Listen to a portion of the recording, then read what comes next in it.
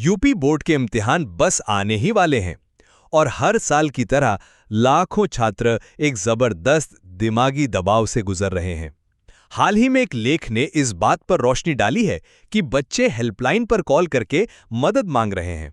परीक्षा का तनाव है, मोबाइल फोन से ध्यान भटक रहा है और माँ बाप की उम्मीदों का बोझ वो बहुत ज्यादा है। और यहीं से हमारी आज की बातचीत का मुद्दा शुरू होता है। सवाल ये है कि छात्रों पर जो ये दबाव है, क्या वो असल में उनकी अपनी आदतों या सोचने के तरीके की वजह से है? क्या इसे काउंसलिंग या कुछ मनोवैज्ञानिक तरकीबों से ठीक किया जा सकता है? या फिर ये दिक्कतें किसी बहुत बड़ी और गहरी समस्या का लक्षण भर हैं, एक ऐसे सिस्टम की खराबी का इशारा जिसके सामने ये छोटे-मोटे समाधान बिल्कुल बेअसर हैं? मेरा मानना है कि ये जो मनोवैज्ञानिक सलाह दी जा रही है वो बहुत प्रैक्टिकल और असरदार है। ये छात्रों को अपनी मुश्किलों से खुद लड़ने की ताकत देती है और उन्हें आत्मनिर्भर बनाती है। और मैं कहूंगी कि ये समाधान सिर्फ ऊपरी तौर पे काम करते हैं। ये उस असली बीमारी को नज़रअंदाज कर देते हैं जो इस तनाव की जड़ है, यानी हमारा एजुकेशन सिस्टम। ये सिर्फ लक्षणों पर मरहम लगाने जैसा है, बीमारी का इलाज नहीं। चलिए, मैं अपनी बात रखता हूँ। लेख में जो उदाहरण दिए गए हैं उन्हें ही देख लीजिए। 12वीं क्लास की सोनम जो कहती है कि पढ़ते पढ़ते उसका ध्यान मोबाइल पर चला जाता है, या 10वीं का राहुल जिसके परीक्षा से पहले हाथ कांपते हैं और घबराहट होती है।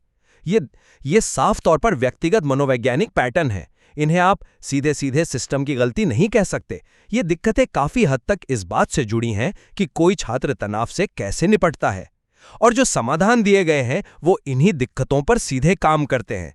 सोनम को टाइम टेबल बनाने और मोबाइल दूर रखने की सलाह दी गई। राहुल को कहा गया कि वो नकारात्मक विचारों को सकारात्मक में बदलें और मॉक टेस्ट दें। ये वो औजार हैं जो छात्र को अपनी स्थिति पर काबू पाना सिखाते हैं।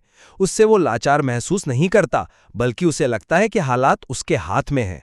यहाँ तक कि अमन का मामला लीजिए, जहाँ उसके माता पिता चाहते हैं कि वो 95% से ज्यादा नंबर लाए। ये साफ तौर पर बाहरी दबाव है, लेकिन फिर भी हेल्पलाइन की सलाह छात्र की अंदरूनी प्रतिक्रिया पर केंद्रित है कि अपनी क्षमता पर भरोसा रखो और दूसरों से अपनी तुलना मत करो।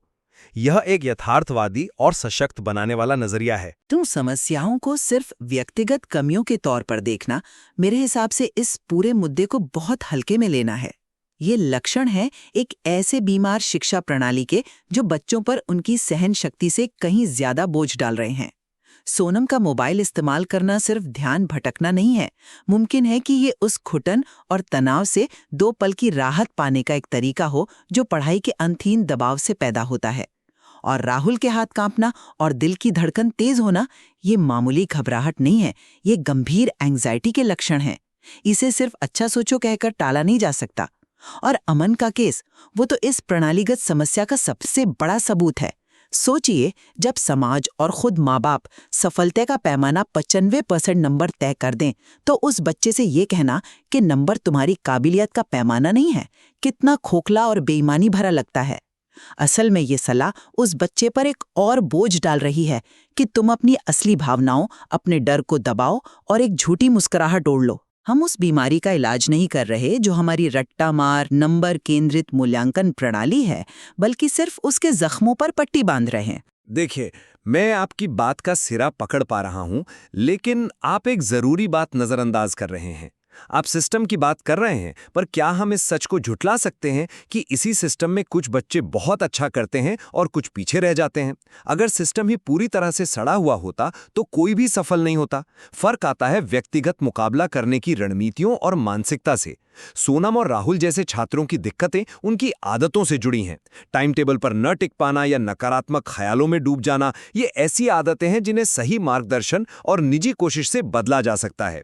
हेल्पलाइन के समाधान इसी निजी एजेंसी, इसी आत्म सुधार पर जोर दे रहे हैं। वो छात्र को ये ताकत दे रहे हैं कि बाहरी हालात चाहे जैसे भी हों, उन पर प्रतिक्रिया कैसे देनी है ये तुम्हारे हाथ में है। आपका तर्क सुनने में अच्छा लगता है, पर क्या आपने कभी सोचा है कि ये व्यक्तिगत पैटर्न या आदत आती कहाँ से है? ये हवा में तो पैदा नहीं होती। ये उस माहौल में पनपती हैं जो लगातार बच्चों को उनकी रैंक और नंबरों से तौलता है, जहां हर इम्तिहान उनके भविष्य का फैसला सुनाता है। लेख में 12वीं की रीना का उदाहरण देखिए। वो कहती है, मुझे लगता है कि पेपर खराब हो जाएगा, भविष्य को लेकर निराश हूं। ये सिर्फ एक पेपर का डर नहीं है, उसके लिए ये जिंदगी और मौत का सवाल बन गया है। उसकी ये निराशा व्यक्तिगत नहीं है, ये एक साझा अनुभव है, एक प्रणालीगत अनुभव, जहां लाखों बच्चे उसी नाव में बैठे हैं, उसी तूफान से लड़ रहे हैं। और यहीं पर एक और गहरी बात है जिसे हम अनदेखा कर रहे हैं। ये दबाव सिर्फ एकेडमिक नहीं है, ये आर्थिक है। यूपी जैसे राज्य में, जहां सुरक्षित नौकरियों के अवसर बहुत कम हैं, ये बोर्ड परीक्षा सामाजिक और आर्थिक सीढ़ी चढ़ने का लगभग इकलौता दरवाजा बन जाता है। इसलिए अमन के माता पिता का 95% का दबाव सिर्फ उम्मीद नहीं है, बल्कि अपने बच्चे का भविष्य सुरक्षित करने की एक हताश कोशिश है। इस सामाजिक आर्थिक हकीकत को समझे बिना हम सिर्फ सतह खरोच रहे हैं। ये एक अहम नुक्ता है, लेकिन मैं इसे अलग तरह से देखता हूँ। मैं मानता हूँ कि सामाजिक आर्थिक दबाव बहुत बड़ा है, लेकिन ठीक इसी वजह से इन मनोवैज्ञानिक समाधानों की अहमियत और बढ़ जाती है। जब बाहरी दुनिया को बदलना आपके हाथ में ना हो, तब आप क्या करते हैं? आप उस चीज पर काम करते हैं जो आपके बस में है, और वो है आपका अपना दिमाग, आपकी अपनी प्रतिक्रिया। लेख में 12वीं की अंजलि को दी गई सलाह देखिए, छोटे छोटे लक्ष्य बनाना और पिछले सालों के पेपर हल करना।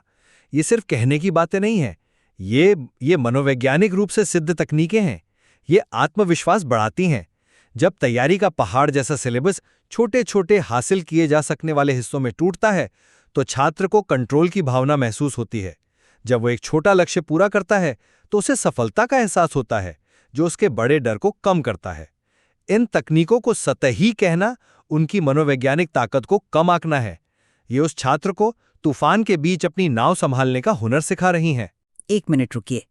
क्या आप सच में ये मानते हैं कि एक 16 साल के लड़के अमन से ये कहना जायज़ है कि परीक्षा को उत्सव की तरह मनाओ, जब उसके अपने माता पिता ने उसे चेतावनी दी है कि 90% से कम आए तो उसका भविष्य बर्बाद है? ये सलाह उसकी मदद कर रही है या उसकी हकीकत का मजाक उड़ा रही है?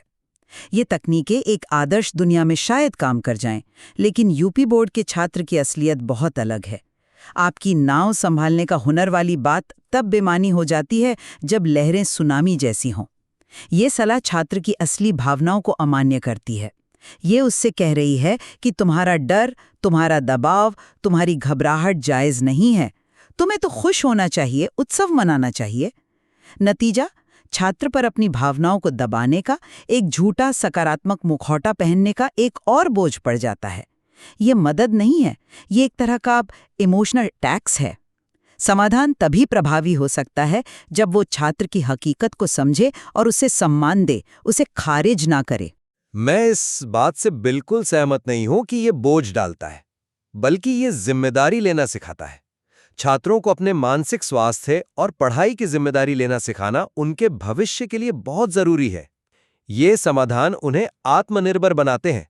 वे सिखाते हैं कि बाहरी दबावों के बावजूद वे अपनी अंदरूनी स्थिति को कैसे संभाल सकते हैं।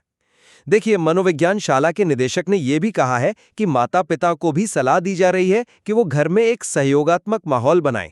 तो ऐसा नहीं है कि बाहरी कारकों को पूरी तरह से नजरअंदाज किया जा रहा है, लेकिन आखिर में इम्तिहान तो छात्रों को ही देना है, अपनी लड़ाई तो उसे ही लड़नी है। उसे ये सिखाना कि तूफानी लहरों में नाव कैसे संभालनी है, उसे लहरों के भरोसे छोड़ देने से कहीं बेहतर है। ये समाधान उसे वही पतवार थमा रहे हैं। क्या ये बेहतर नहीं है कि हम छात्र को मजबूत बनाएं, बजाय इसके कि हम एक ऐसे सिस्टम के बदलने का इंतजार करते रहें जो शायद दशकों तक ना बदले? मैं इसे अलग तरह से देखती हूँ। आपका नजरिया पूरी जिम्मेदारी उठाकर उस बच्चे के कंधों पर डाल देता है जो पहले से ही उम्मीदों के बोझ तले कुचला जा रहा है। यह बच्चों को एक बहुत खतरनाक संदेश देता है कि अगर तुम तनाव में हो, अगर तुम घबरा रहे हो, तो ये तुम्हारी गलती है। ये तुम्हारी नाकामी है कि तुम ठीक से नाव नहीं संभाल पा रहे। ये सिस्टम की, स्कूलों की, सरकार की और समाज की जवाबदेही को पूरी तरह से खत्म कर देता है।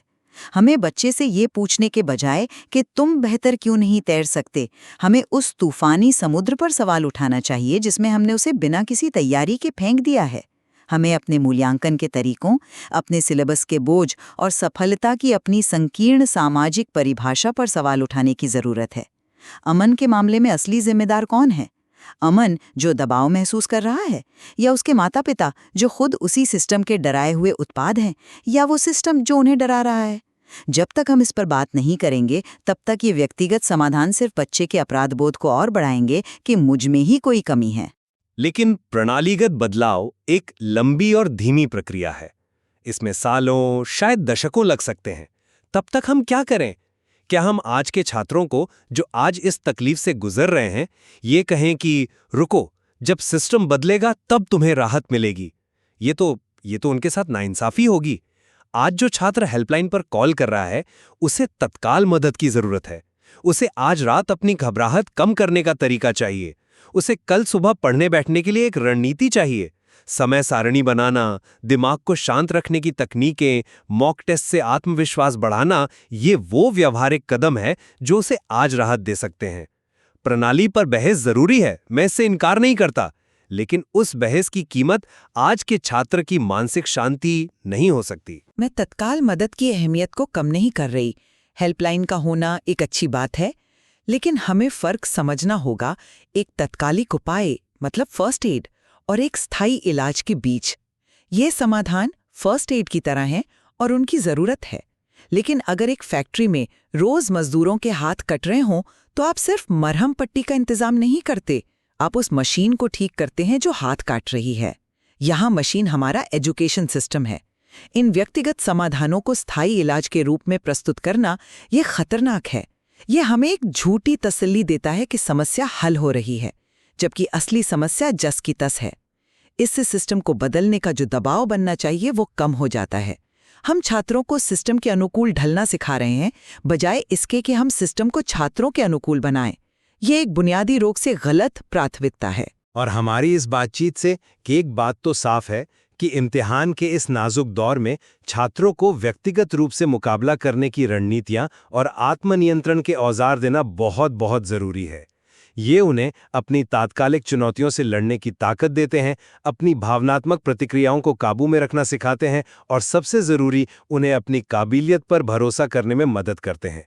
यह एक व्यावहारिक और तुरंत उठाया जाने वाला जरूरी कदम है। और इसके साथ ही ये भी उतना ही साफ है कि इन व्यक्तिगत संघर्षों को एक बड़े प्रणालीगत मुद्दे के चश्मे के बिना नहीं देखा जा सकता। जब तक हम नंबरों के इस अंधीन दबाव, इस गलाकाट प्रतियोगिता और सफलता की इस संकीर्ण सामाजिक परिभाषा पर गंभीरता से सवाल नहीं उठाते, तब तक ये व्यक्तिगत समाधान सिर्फ एक अस्थायी उपाय, एक बैंडेड की तरह ही रहेंगे। ये गहरे जख्म को कुछ देर के लिए ढक तो सकते हैं, पर उसे भर नहीं सकते। निश्चित रूप से इन दोनों नजरियों पर गौर करने से इस समस्या की जटिलता उभर कर सामने आती है। यह सिर्फ या तो ये या तो वो का मामला नहीं है। छात्र की व्यक्तिगत मानसिकता और बाहरी प्रणाली का दबाव दोनों एक दूसरे में बुरी तरह उलझे हुए हैं। बिल्कुल, ये साफ है कि एक असरदार और स्थायी समाधान के लिए दोनों स्तरों पर एक साथ काम करने की जरूरत होगी। छात्र को व्यक्तिगत सहारा भी देना होगा और व्यापक स्तर पर शैक्षिक और सामाजिक सुधार भी करने होंगे।